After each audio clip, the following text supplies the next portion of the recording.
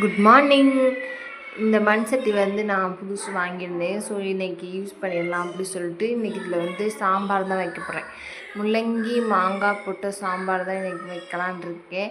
தொட்டுக்கிறதுக்கு வந்து ஏதாவது வெஞ்சனம் யோசிச்சுட்ருக்கேன் என்ன வைக்கலான்னு சொல்லிட்டு. ஃபஸ்ட்டு காலைல வெள்ளனே எழுந்திரிச்சு பூஜை பண்ணிட்டு நான் அப்படியே சமையல் பண்ணுறதுக்கு வந்துட்டேன். இன்றைக்கி தம்பிக்கு வந்து உடம்பு சரியில்லை, ஃபீவரும் ஒரே காஃபுமாக இருக்குது அவனுக்கு.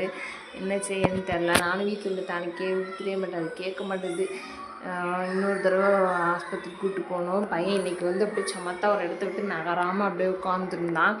அப்பப்போ அவனை வந்து ஹைட்ரேட் பண்ணுறதுக்கு கொஞ்சம் கொஞ்சம் வாட்ரு கொடுப்பேன். வீட்டிலையே சூப்பு போட்டு கொடுக்குறேன், அதாவது கஷாயம் போட்டு கொடுக்குறேன். ஆனாலும் அதுக்கு வந்து அந்த காஃப் கேட்க மாட்டுது. அவனுக்கு இருமி பாவம் ஒரே டயர்டாக இருக்குது போல். சாம்பாரில் வந்து இன்றைக்கி நான் மாங்காய் போட்டிருக்கேன். இது வந்து கிளிமூக்கு மாங்கான்னு சொல்லுவாங்க. இந்த மாங்காய் நல்லாயிருக்கும். இந்த குண்டு மாங்காய் அதெல்லாம் எனக்கு பிடிக்காது, இது நல்லாயிருக்கும்.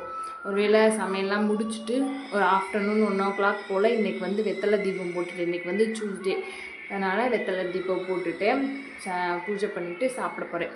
இன்றைக்கி சாப்பாடு என்னென்னா சுட சுட சாதம், முள்ளங்கி மாங்காய் போட்ட சாம்பார் தான் இன்றைக்கி.